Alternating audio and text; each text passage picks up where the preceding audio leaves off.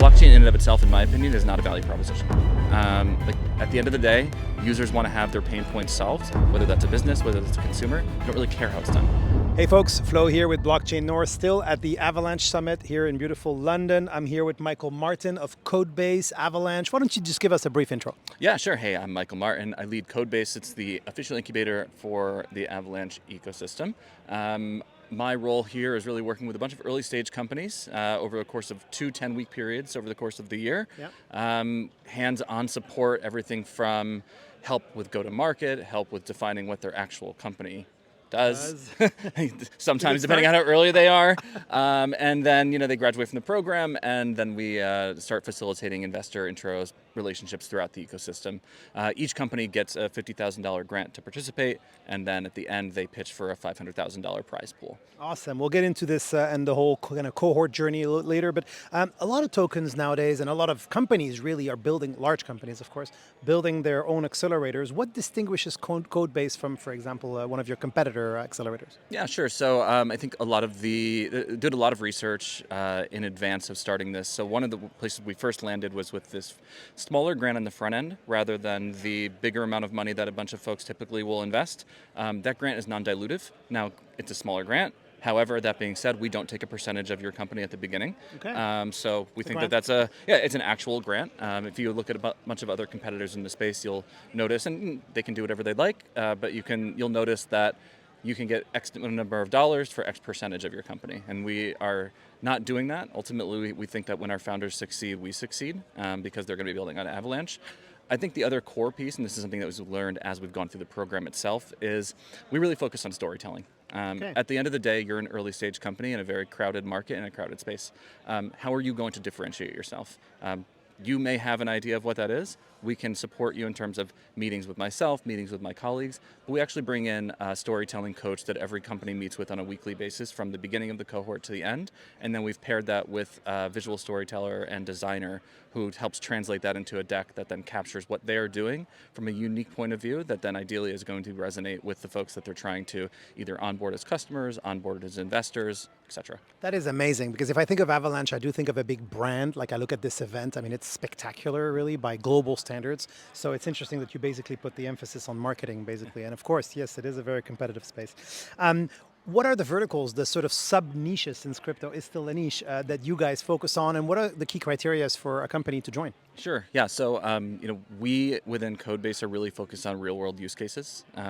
If folks have been following the news along with Summit, you'll see that today we just announced a partnership with VanEck, who is coming out with basically doing a real GDP on chain. So they'll be investing in real-world use cases. A little bit later stage than us, with Codebase, that is. So we are really focused on this adoption narrative, right? At the end of the day, the Web3 ecosystem, crypto native, etc.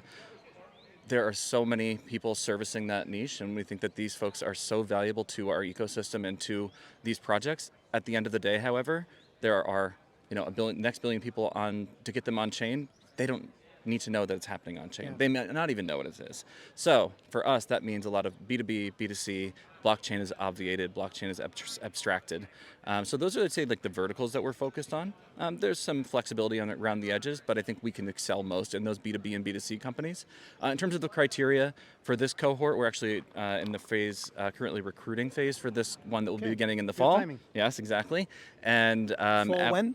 It will be beginning the end of September, but applications close in the next couple of weeks. Perfect. So when this interview comes out, there'll still be a few months and people can join. So yes, exactly. What are the criteria? Yeah, so the criteria is ideally we have a working demo.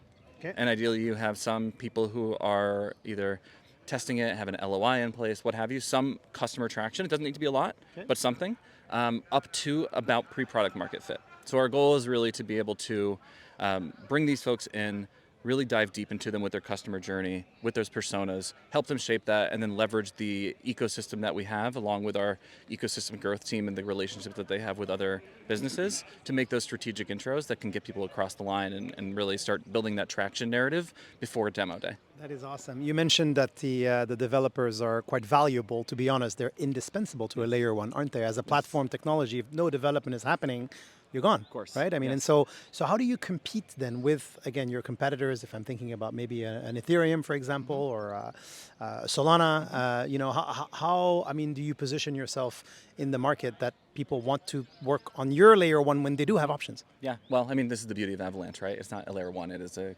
ecosystem of many layer ones. Right. So, True, three to be specific. well, no, I mean, Three chains? well, yes, we have three core chains: Right. C chain, P chain, and then we can basically start your own L1. Yeah. You want to briefly mention what those three are? Well, P chain is for staking, C chain is our main chain, and then you can start your own L1, which is basically your own permissioned or permissionless blockchain that leverages the infrastructure that we have already in-house, that we then basically have made it so that you can start your own chain that has your own gas token, that has basically all of the permissions as you want them, and enables you really to scale limitlessly. Basically, we are trying to take away the, need for an L2. And you have it all based loving and leveraging and running off of the Avalanche tech stack. Yeah. It's interesting looking into Avalanche because, of course, you've been around for I think almost a decade as an L1, which is an eternity. It's it's actually a used testament that you're still around. I mean, a lot of them have come and gone. You guys are so diversified, right? I mean, from NFTs and gaming to RWAs and stablecoin, that is a unique differentiator, isn't it? It is, yeah, and I think that really speaks to the technical architecture, right? Okay. At the end of the day, like, you're a bank and you want to run your own permission or permissionless, probably permissioned if you're a bank, blockchain. You can do it with an L1 and gain all of the technical leverage that we have while not having to compete for block space with doing something on, say, the C chain, which is our main chain. Yeah. For instance, I think there was let's say last year, there was people doing inscriptions on chain, and you could see the gas fees were spiking because people couldn't move. Well, had you had an L1, you'd be able to avoid that entirely because it's basically going around the edge and saying, okay, I guess, you can do all of your transactions where you want to, but because this is ours, again, it kind of leverages back all of that technical infrastructure. I think that there's a real differentiator there. But then, where our team has been going over the past, let's say, 6 months is really making all of those layer one chains interoperable. Yeah. So you can message, you can send transaction between them, and it's a very elegant solution for the reality of the economy. So it's not just that we have a bank; it's that we can have a network of banks, and those banks can then collaborate and share X, Y, and Z with each other as necessary. Yeah. So I think that there's this really speaks to that journey for these early stage founders where they can come in and depending on the relationship that they're able to engage with via the program, they're actually then able to tap into that interoperability between all of the L1s that are really blossoming today on chain. We're here at the Avalanche Summit in London. Beautiful backdrop, as people can see. This is your 4th year of this summit, which again is impressive. I don't think many have that legacy. What is the importance of this really to Avalanche, other than, I guess, maybe marketing? Yeah, I mean, marketing's always downstream of everything.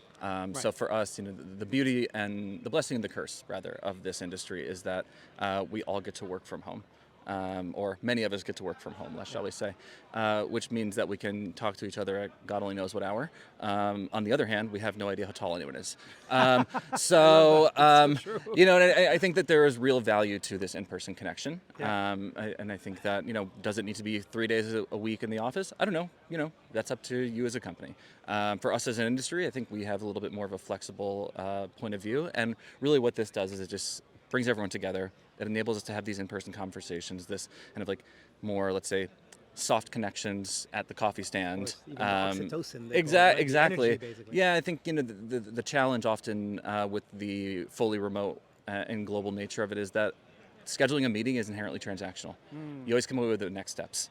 And sometimes, real insight is found in those softer conversations where you just come away later and you're like, huh, that was interesting. Yeah. And the human connection. Exactly. I think this. I like this person. Yeah, exactly. It's not as easy on Zoom or exactly. on Google Drive. That's exactly right. So this really establishes that and kind of puts a marker in the sand and say this is when we do this as an organization for our ecosystem. Obviously, we are doing attending many conferences along the way. We have our ambassador network called Team One, who hosts events all over the world on a regular basis. So they're doing it locally. We're doing it on a global scale once a year-ish. And then yeah, everything in between is, just happens to be lucky to see folks.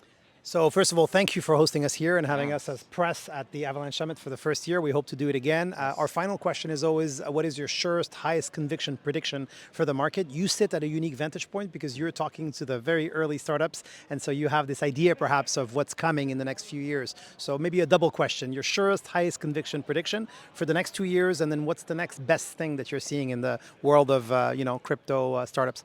Yeah, biggest prediction I think is that we're going to really start to see applications that are using the blockchain without having to use that as a value proposition. I think that there is, the regulatory environment is more, let's say, flexible at the moment, at least in the US and elsewhere. It's kind of a TBD. But that being said, a lot of the companies that are in my current cohort, being decentralized is inherent. However, it is rolled up into we save money by doing this. Yeah. You are able to, make it more private by having this. Like, blockchain in and of itself, in my opinion, is not a value proposition. At the end of the day, users want to have their pain points solved, whether that's a business, whether that's a consumer. They don't really care how it's done. I'm not asking you on a Web2 app if you're using AWS, and I don't think that people are going to be asking, what blockchain are you building on? Exactly. So, surest bet, in let's say the next 18 months, I think you're going to see a lot more of these companies, let's say, pivoting that narrative, because it's less about how you build the company. We might have to rebrand then. well, call me when. I think that there's that, pivoting that narrative rather than the product, and instead really just integrating it as a way to make things better, faster, and cheaper. And the next best thing that you're kind of sensing? For me in general, I think actually it very much overlaps with that. I think that's I think ideally that's my surest bet. On the other hand, I think that that's the thing that's going to unlock the actual adoption. The ChatGPT moment of crypto, that some people call it. I mean, actually, that's a good one too. Is I think that the AI crypto overlap is for a while has just been a let's say hype narrative. But I think the reality is that AI is such a powerful force multiplier that I think has a lot of let's say leaky bucket issue in terms of we can just come in here and all the data is going to go God only knows where. Yeah. And mostly centralized too. Exactly. So starting to think about okay, how do I really want Sam Altman to have all of my health data when I ask it, why do I have a headache? Maybe not. Yeah. Right. So then you start to think of okay, well, what's the alternative? Well, we have an alternative, and people are building it. They've been building it. So I think we are now at the point where those two narratives can actually go from being, hype to reality. Thanks again, Michael. Pleasure to speak with you. Thank you. Cheers.